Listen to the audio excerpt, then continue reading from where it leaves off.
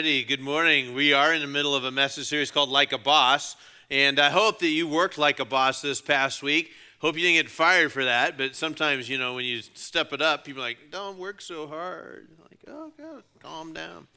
But today we're taking a look at being a friend like a boss. Next weekend, being a parent, Father's Day weekend like a boss, and so hope you hang in there with us this summer for the series.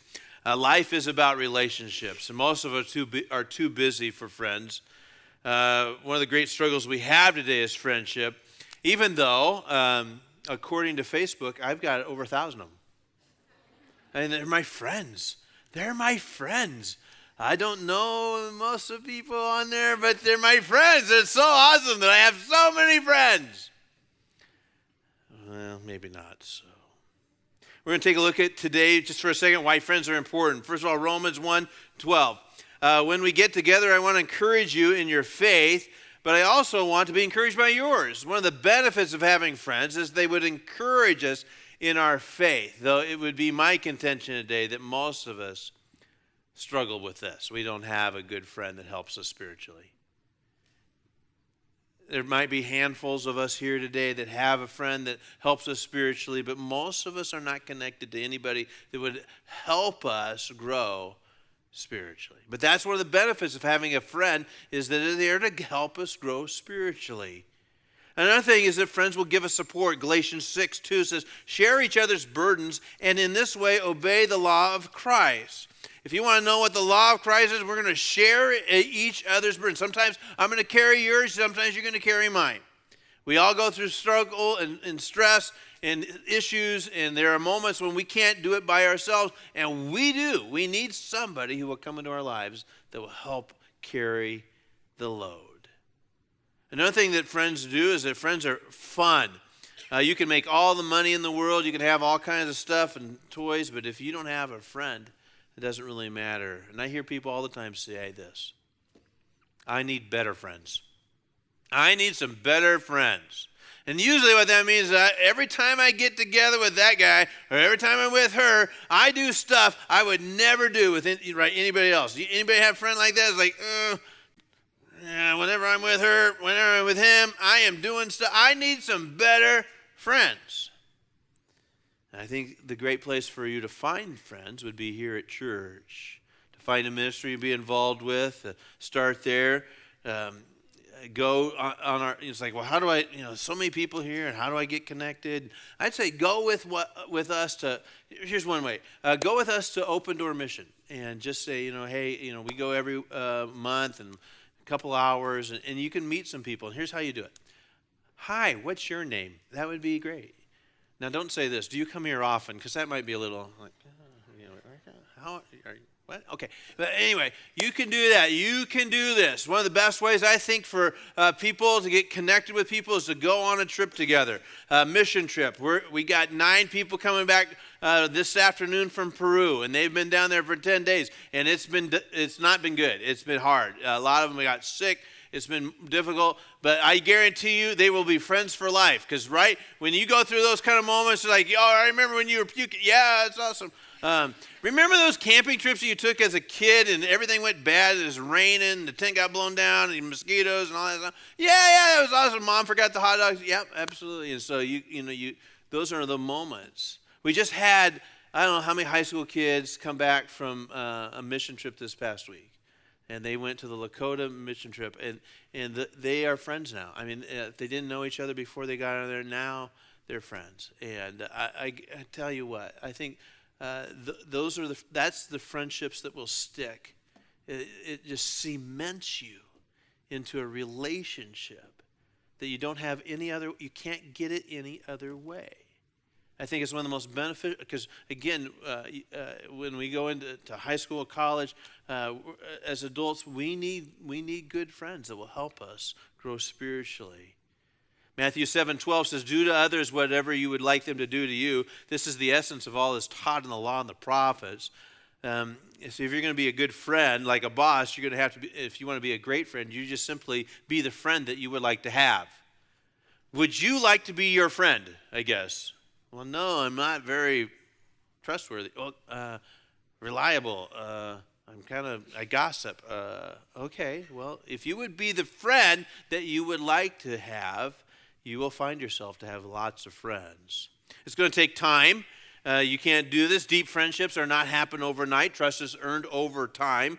Deep friendships are not cheap. You're going to have to invest the most expensive thing that you have if you want to have friends. You're going to have to buy a boat or something. You know. Have you ever noticed, like, people, if you have a boat, people are your friends?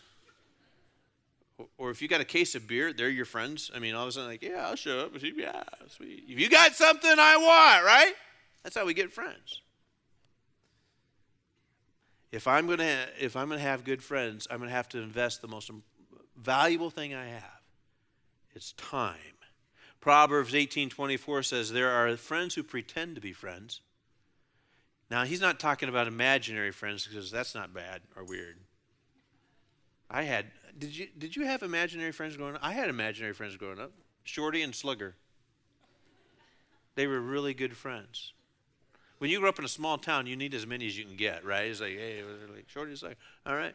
Now, we have pretend friends, right? People who pretend to be our friend. But when time gets tough, or when you run out of some stuff, or you don't have what they need, they're not there anymore. You remember? Think about it. Did you lose friends during the divorce? Sure. You had some pretend friends, but they didn't want to deal with that. When you were going through the bankruptcy, you didn't have any money, you lost stuff, all of a sudden right? They're not there anymore. They're just pretend. If you got something I want, I'll be your friend. But if you don't have that anymore, or if it's getting a little bit too much pressure, so there are friends who pretend to be friends, but there is a friend who sticks closer than a brother. Stop waiting for people to be your friend. You be a friend. You make the effort, and you be friendly. Philippians 2:4 says, don't look out only for your own interests, but to take in the interests of others also. If you will do that, if you will actually follow the Bible on that one, if you will live your life according to that verse, you will have more friends than you will know what to do with. Because most of us take an interest in our own life. But when I take an interest in your life, guess what? We will become friends because I'm taking an interest in your life. If you take an interest in my life, we're going to become friends. But if I'm only interested in my life, it's going to be very difficult for you to be my friend.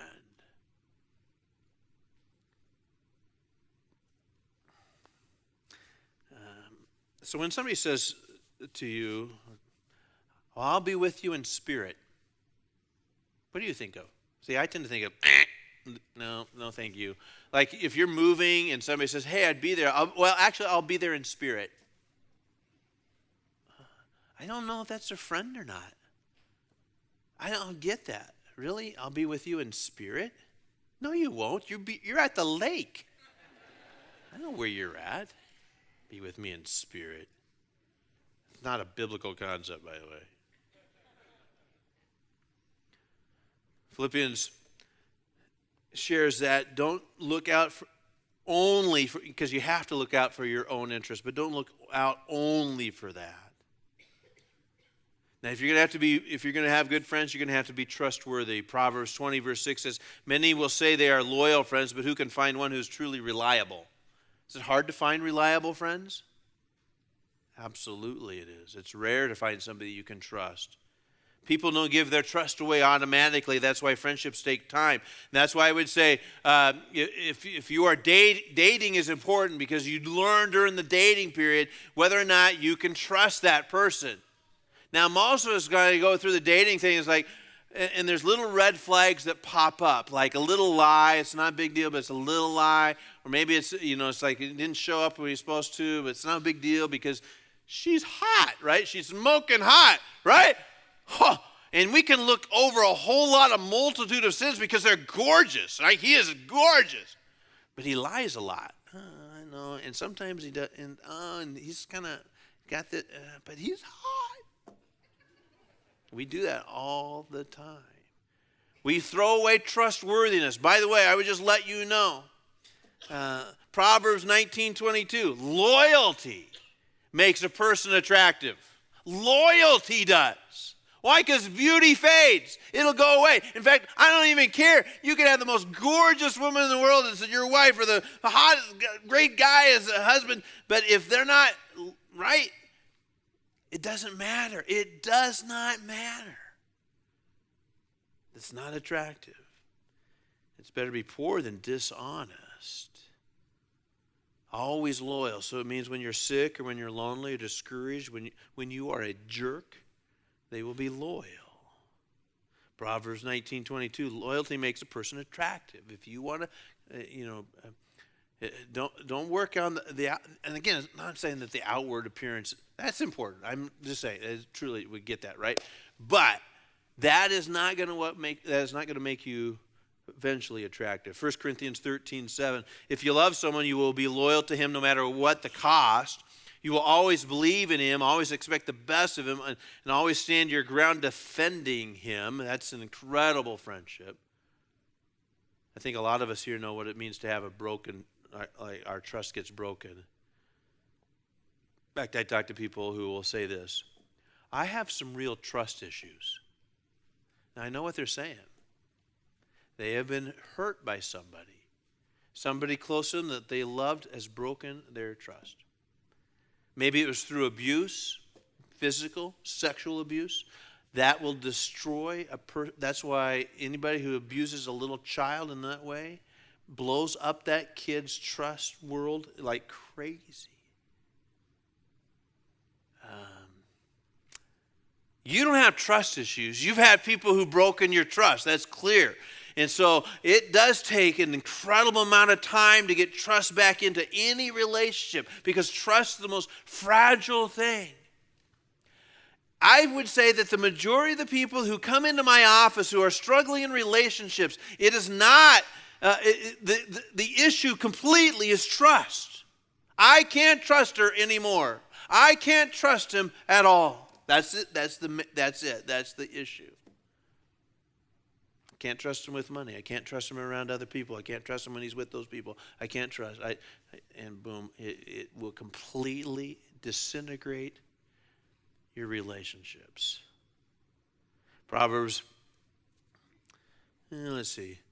Proverbs 11:13, a gossip goes around telling secrets, but those who are trustworthy can keep confidence. One of the ways you build trust in a relationship is by keeping confidences. You tell somebody something and it gets out, trust is broken. You cannot trust a gossip. If somebody gossips to you, they will gossip about you. And I take that one very seriously. That for me is a high value in my life.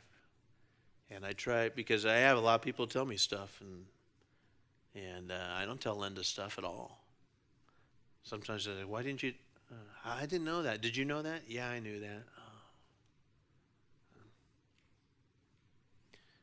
Romans 12:15 says, be happy with those who are happy, weep with those who weep, learning to celebrate in the good times and not be envious or jealous.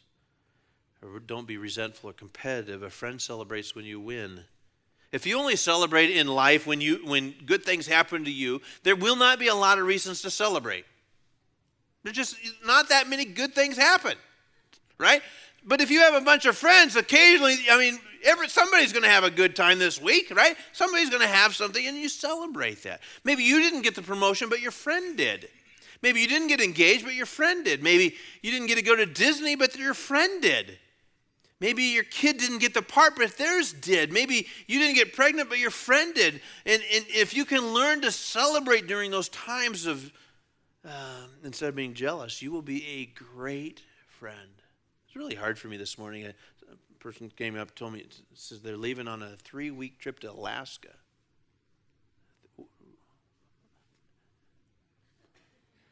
Hope you have a really good time.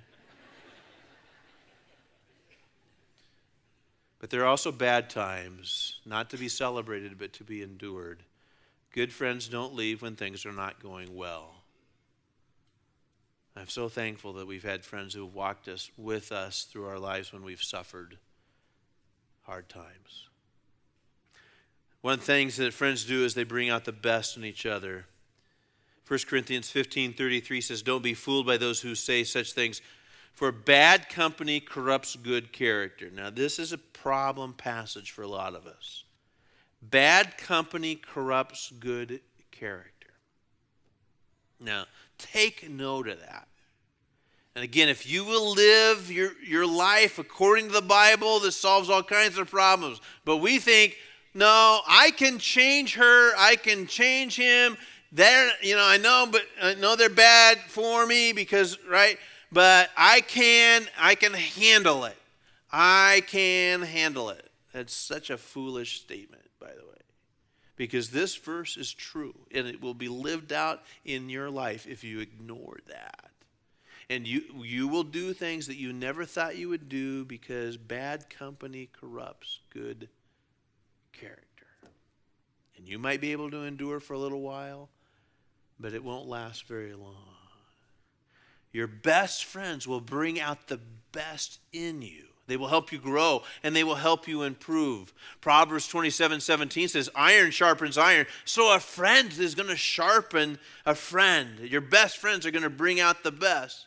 There are people who bring out the worst, but there are people who can bring out the best in you. And whenever you're with them, you are at your best. Proverbs 27:5, an open rebuke is better than hidden love. Sometimes friends are going to have to speak up. If you're going to bring out the best in each other, you're going to have to speak up. If you have a friend that is heading in the wrong direction and you don't speak up, you're not being a friend. Now, they might get super upset at you, and you're going to have to determine, do I care more about their future or do I care about their feelings? Because if you see somebody heading right for a train wreck and you don't speak up, that's criminal. I mean, right? That we would not. No, stop. Wait, you're going. But one of our values for whatever reason in our culture today is, hey, do your own thing, whatever. Who am I to judge? I'm not telling you how to live. Okay, I totally get that. But what if you were heading for a cliff? I've lost friends over that.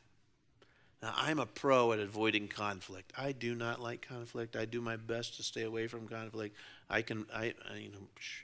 But anymore, I've learned that I have to navigate in those worlds.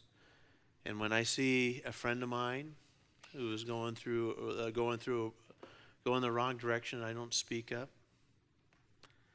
If I know about it, I'm not being a good friend. Do you have anybody in your life that cares about you like that?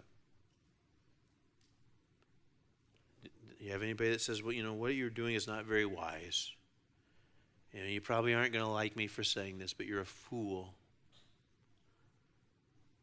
Lifeway organization did a study and found out that half the people who go to church don't have a significant relationship at that church. Half of us here today. That's hundreds and hundreds of people. 50% of us don't have one friend here. And you can't count your spouse. Now, statistics change that if you are in a small group, that 90% of us would develop a deep friendship. You need a small group. If you're going to be a friend like a boss, you need a small group. Years ago, I ran into a guy that had been in our church, and we moved to Nebraska, and I happened to be at a conference that he was at. He had been a pastor, but he had left his ministry and started a business. His business is doing awesome still. Making a lot of money. And he said, Mark, you made us go to a small group. I did not want to do that. We had large Sunday school classes at that time, and he was in my class, and he would come. And you don't really make friends in Sunday school. It's not really designed for that. It's just kind of, hey, come in, learn some stuff, have some donuts, and get out of there, right? It's like no big deal. But a small group is way different than that as you begin to do life with each other. And so I encouraged them to get involved in a small group. And he said to me, these people mean the world to me. I may have walked away from stuff that I really cared about if it hadn't have been for them. Thank you for making me go to a small group. It's that important. And I would encourage you. I know going to a small group is super weird. And it's like, it really is it's awkward at best. It's like, well, how do I know? It's like, well, here, just kind of start like this. Find your way, get involved in some ministry here, service ministry. Maybe get involved in the First Impressions ministry, and you're giving out programs. And then when it's kind of a downtime, you say to the person next to you, hey, do you go to a small group? Now, we're going to cross our fingers because, like, I hope they're involved in a small group. They may not be. It's like, so if they say, no, I'm not, it's like, hey, I don't go to one either. Maybe we should go to a group together or something. I don't know. And start there. You got to start somewhere. Or if you're at the open door mission and you're working alongside somebody, and he's like, hey, do you go to a small group? I think that's one of the best ways we can kind of get in there, that I know somebody. Now, we have these things called Group Link that I think would help you out as well, and there'll be some in the fall where we're launching a bunch of new groups. I'd say if you're not in a small group right now and you don't have any friends that will invite you or do that, go to a new group, because it's really tough to get involved in a group that's already established, because they're like, and they have their own little love language, like, oh yeah, it's awesome, and you're like, what? That's dumb. But they're like, oh, it's so funny. Because that's what small groups, eventually you'll get that, right? But you're not in there yet. You're like, how am I ever going to be in? And it will take some time, so hang in there. This will take longer than you think it should. It will take longer than you think it should. Because you think the moment I walk in there, they're all like, hey, awesome, yeah, you're so wonderful. Don't expect that. But after a while, I think you will find that you will find some of the best friends that you could ever have. So take a look. Jim Hardy, our pastor here, he oversees our small group stuff, and he can get you connected. You can email him or call him. If you fill something out, we'll give you a holler. We'll try to plug you in. Those group link events are a great way to do that. This fall will be a great opportunity for you to do that. All right. Let's pray. God, thank you for being our friend. Thank you for calling me that. Amazing that you call me your friend.